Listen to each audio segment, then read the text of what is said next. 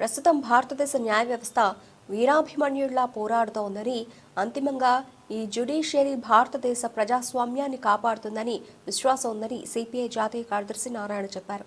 ఒకవైపు రాష్ట్రపతిని, మరోవైపు ఎన్నికల కమిషన్ని కేంద్రంలోని బీజేపీ ప్రభుత్వం తన చేతిలో పెట్టుకుందని, ఈసీని, ఈడీని, సీబీఐని గ్రిప్లో పెట్టుకున్నారని ఆరోపించారు.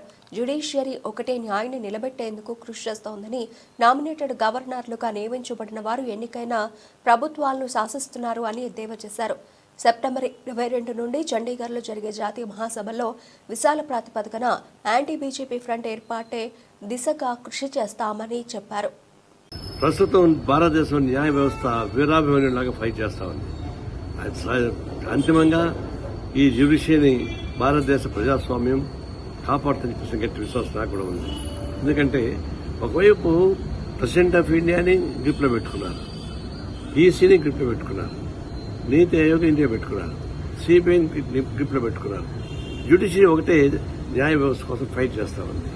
ఇది ఒకవైపున నామినేట్ చేయబడిన గవర్నర్స్ ఎలక్టెడ్ గవర్నమెంట్ ని శాసిస్తా ఉన్నారు. మొన్న తమిళనాడు గవర్నరు ఓపెన్ గానే అపోజిషన్ లీడర్గా మాట్లాడుతున్నాడు. మరోవైపు అన్ని గవర్నర్స్ కూడా డబుల్ ఇంజిన్ గవర్నమెంట్ ఉన్న స్టేట్స్ తప్ప వీటి అన్ని రాష్ట్రాలు దాడి చేస్తున్నారు. ఇవన్నిటి మీద జ్యుడిషియరీ కూడా ఫైట్ చేస్తా ఉంది. ఎలక్టెడ్ గవర్నమెంట్ ని రెస్పెక్ట్ చేయాల్సిన అవసరం ఉందనిపిస్తుంది వాళ్ళు చెప్తా ఉన్నారు. ఇది అవసరం అనిపిస్తుంది సెంట్రల్ గవర్నమెంట్ చెప్తా ఉంది. తర్వాత ప్రెసిడెంట్ ఆఫ్ ఇండియా కూడా ఈరోజు